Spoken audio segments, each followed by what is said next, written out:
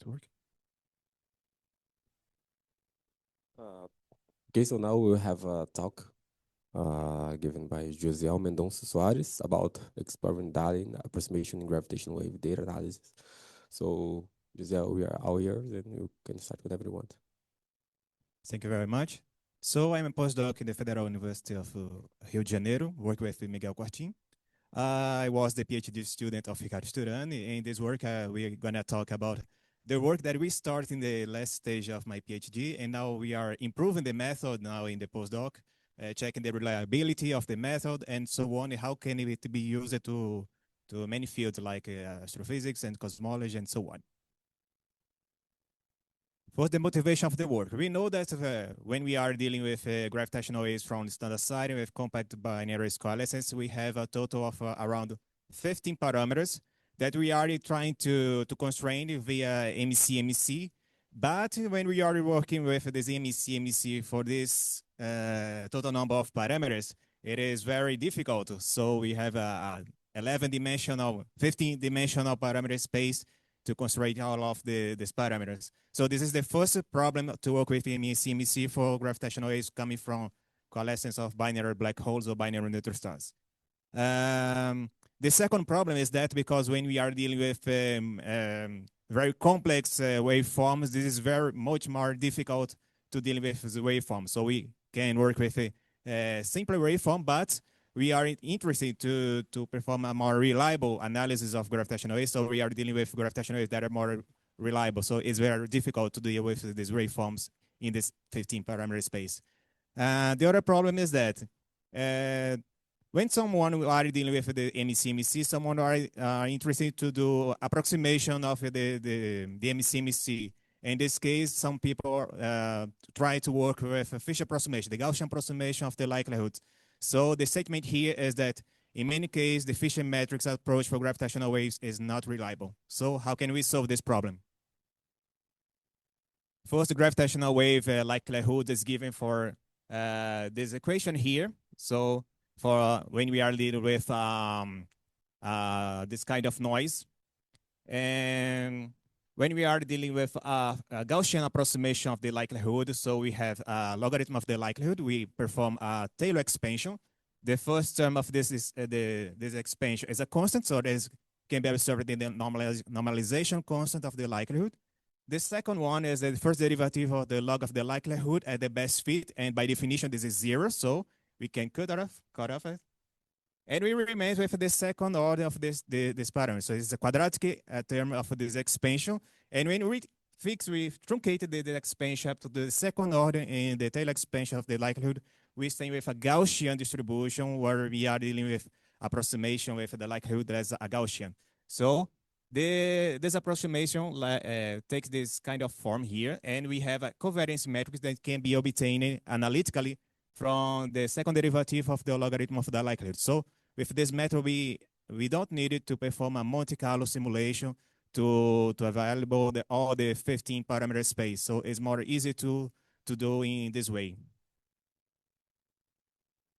And this is the definition of the term, the coefficient that appears in the quadratic term of this expansion. And we call this term as a Fisher matrix.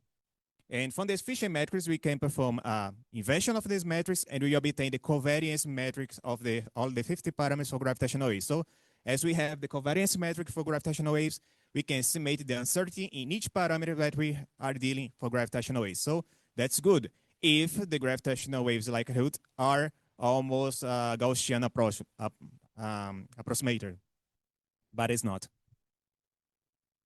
And this is one point, the problem to work with Fisher matrix for gravitational waves. Here I'm showing what happens when we are trying to measure the uncertainty in luminosity distance with respect to the inclination of your binary. When you are dealing with binary neutron star, you see that the arrow increases when you are decreasing the inclination. This means that when you are looking directly for the plane of the binary, you are seeing with Fisher matrix that the arrow grows up, and that's not reliable, because when you are looking directly to the plane of your binary, what you have is much more signal. You have a much more signal to noise ratio, and then you expect that the errors will be smaller when you are looking directly for the plane of your binding. And this is what I'm showing here in this black curve here, the result when you are using a complete MC-MC. So in this case, you are seeing that Fisher metric is not good to constrain luminosity distance. A technique to avoid this problem is going beyond to the Fisher approximation, going beyond the quadratic term of the likelihood expansion. So suppose that we have a likelihood like this form here, okay? Suppose that here D is the data of luminosity distance, for instance. Mu is the model that you are dealing for such a cosmological model, lambda CDM, with a CPL, parameterization of dark energy, equation of state, or someone else. And M is given the uncertainty in the measurements of the luminosity distance, suppose. So we have expansion of the logarithm of the likelihood. The first term, the quadratic term, is the Fisher term. And we have the other ones that is correction of this expansion. So doing the expansion in this form, we have an approximation that is called derivative approximation for likelihood, with acronym DALI, based in this painting of Salvador Dali. And this is the case for gravitational waves. Now we have the logarithm of the likelihood for gravitational waves, and we are expanding the likelihood beyond the Fisher approach, and we have the terms that is the DALI approximation for these gravitational waves. And the work now is see if this approximation is reliable for gravitational waves parameter estimation. And here we have developed, me and Ricardo, we have developed the code GW DALI, which implements the DALI approximation for likelihood for gravitational wave parameters. So here in this code, you can perform Monte Carlo simulation of VMC for a complete likelihood, a full complete likelihood. You can use a Fisher metric approach. You can deal with your detector. You can put your detector wherever you want in the world. You can configure the opening angle of your detectors. You can choose the sensitivity curves of your detector, and you can play a lot with this code. So be free to test my code GW DALI. And here one example of using DALI approximation in the case of cosmology. So suppose we have a data set with a relationship between luminosity distance and redshift from supernova data. And we are interested to measure the density parameter of matter and the parameter W0 of the CPL CPL parameterization of the equation of state for dark energy. And you see the shaded region represents the posterior for a complete likelihood, a full likelihood without any approximation. And this curve represents the ones that you're obtaining using DALI, the case for doublet case. But it has some problem, because if you are dealing with numerical derivatives based on finite displacement, you see that is in some sense sensible to the size of the step size of the parameter when we are trying to perform these derivatives. So you see, when you are going to a relative step size from 10 to minus 1 up to 10 to minus 3, you see that the curves approximation will be modifying a bit. And this problem is much more sensible when we are trying to perform the approximation for third-order derivatives, fourth-order derivatives, and so on. You see that it is much more sensitive to use the finite numerical derivative based in finite differences, much more sensitive for high-order derivatives one. But we can overcome this problem of dealing with the numerical derivative based in finite difference using automatic derivatives. And here I'm showing the example of using this code, the JAX, to compute the derivatives using automatic derivatives. So this method is much more reliable to compute derivatives. It has a much more precision than using finite difference to compute the derivatives. And you see that this is the case when you are compute derivatives in finite difference, and this is the case using automatic differentiation. And you see that the curves is much more close to the complete posterior here, you see.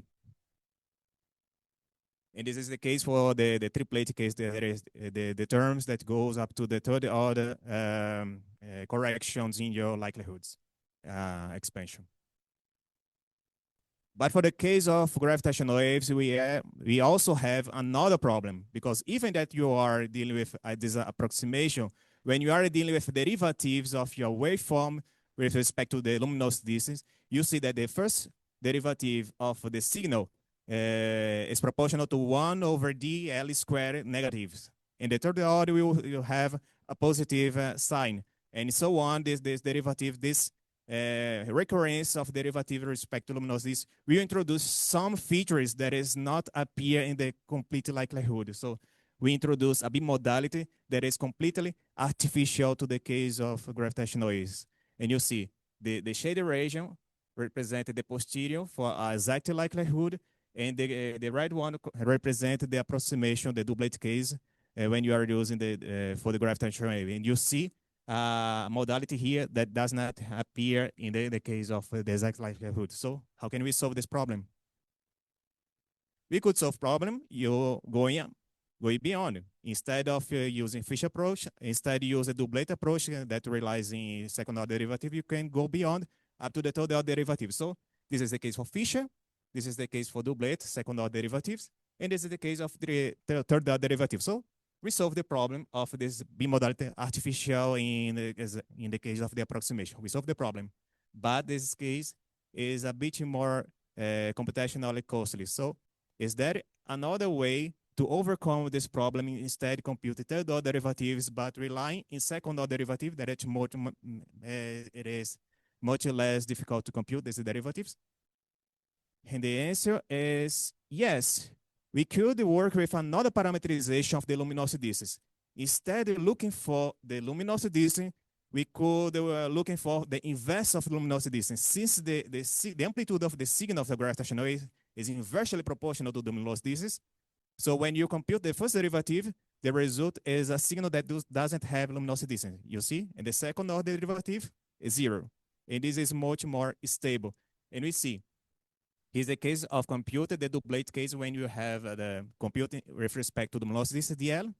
This is the case when you compute the derivative with respect to 1 of dl and translate it to the case of luminosity distance. And you see the modality will kill it.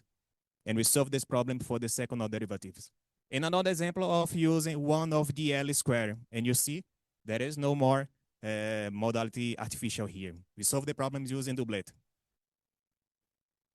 Is there any quantity that we can use to compare two probabilities, two distribution, instead of seeing with your eyes if the two distribution is much close to the other one? Is there any quantitative method to do this? And yes.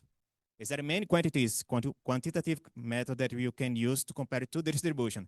And one of them is the Jessian channel divergence, which compare two distribution P and Q, and compute this quantitative. The lower this divergence, the better is your approximation. And this is the point here. And here I'm showing this divergence with respect to the inclination of your binary. In the case when you are dealing only with one-dimensional distribution, we are comparing only the marginalized distribution with respect to the luminosities, and the distribution considering the two-dimensional case, luminosity distance and inclination, and see how good is my approximation. And you see the blue curve here represents the case of doublet, the yellow curve represents the case of the Fisher, doublet using one of the L is the red one, and the green represents the triplet case using the derivatives. And you see that both this distribution, doublet using one of the L and using triplet is better than using fishing. You see here. This is the message here. And this is a case of comparing all the parameters, not only the luminosity distance, but compare if my distribution is good for the inclination, recovering the inclination, recover the spins, the mass, and so on. And here's the message. When the point is in the left side, represents that the matter is good. When the point is in the right side, you see that the matter is bad. For instance, in the case of the first case, when you are trying to recover luminosity, you see that doublet using the L is bad. The fish is also bad. But the other distribution, the other approximation, doublet, you're using one of the DALI triplet, is good in the case of luminosity. And you see the other case for the other the parameters. For example, for inclination, the other parameter is good. For the polarization angle, it is good, and so on. And you see that in general, the DALI for the other parameters, for all the 15 parameters, is good using DALI approximation. And here's another way to compare the approximation. When you are simulating a lot of binary black holes, binary neutron star, and you are interested to see how would be the distribution of the uncertainties in each parameters, and compare the exact case with the Fisher, with the doublet, and you are looking for what is the distribution of the uncertainty that is much closer, that is more closer to the exact result. And you see here, the yellow is for Fisher, and the other colors is for for DALI using doublet and triplet. And you see that in general, the Fisher metric approaches give you uncertainty that is much more bigger that you expect using exact likelihood. And the DALI are trying to recover the original uncertainty when you are trying to using full likelihood expansion. This is the message. In general, DALI works well in my case. And here is the case when you are dealing with the time of computing each likelihood. So suppose that you are compute a lot of likelihoods for exact likelihoods using a very complex waveform like IMFN, like HM, for instance. You have a time of around 19 milliseconds to compute each likelihood. And you see that in general, doublet is 20 times faster than compute likelihoods using exact likelihood. And the triplet is 3 times faster. So this is very good. It is reliable. It is much more faster. So use DALI for your simulations. It's good when your Fisher is not working. And the conclusion is that Fisher matrix works well for Gaussian posterior, but fails for gravitational wave posterior. This is the message here.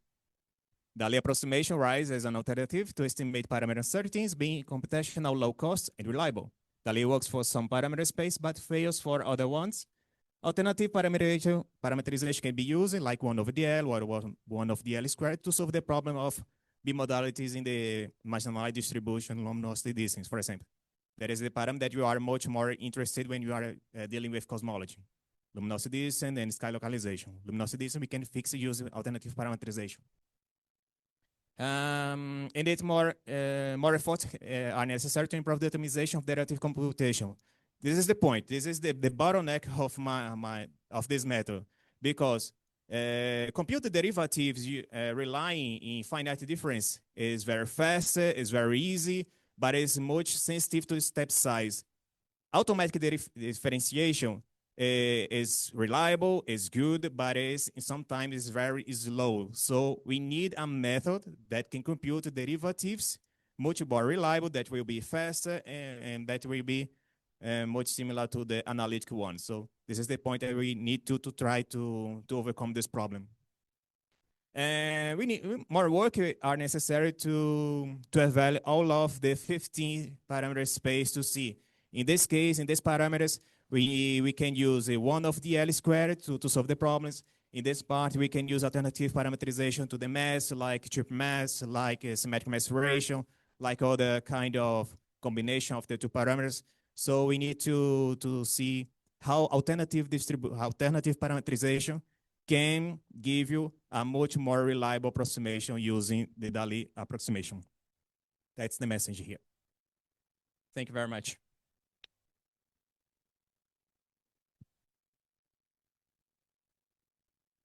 So do we have questions?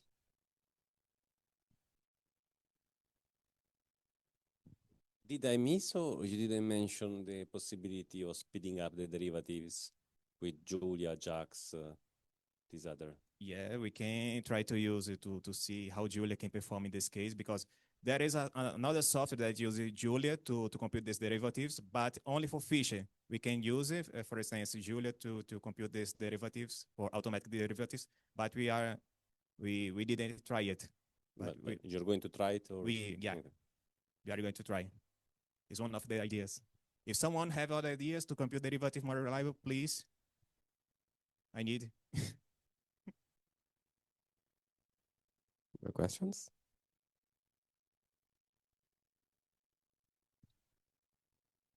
And from our remote audience, do you have questions? No? So let's thank Josiel again, please. Thank you very much.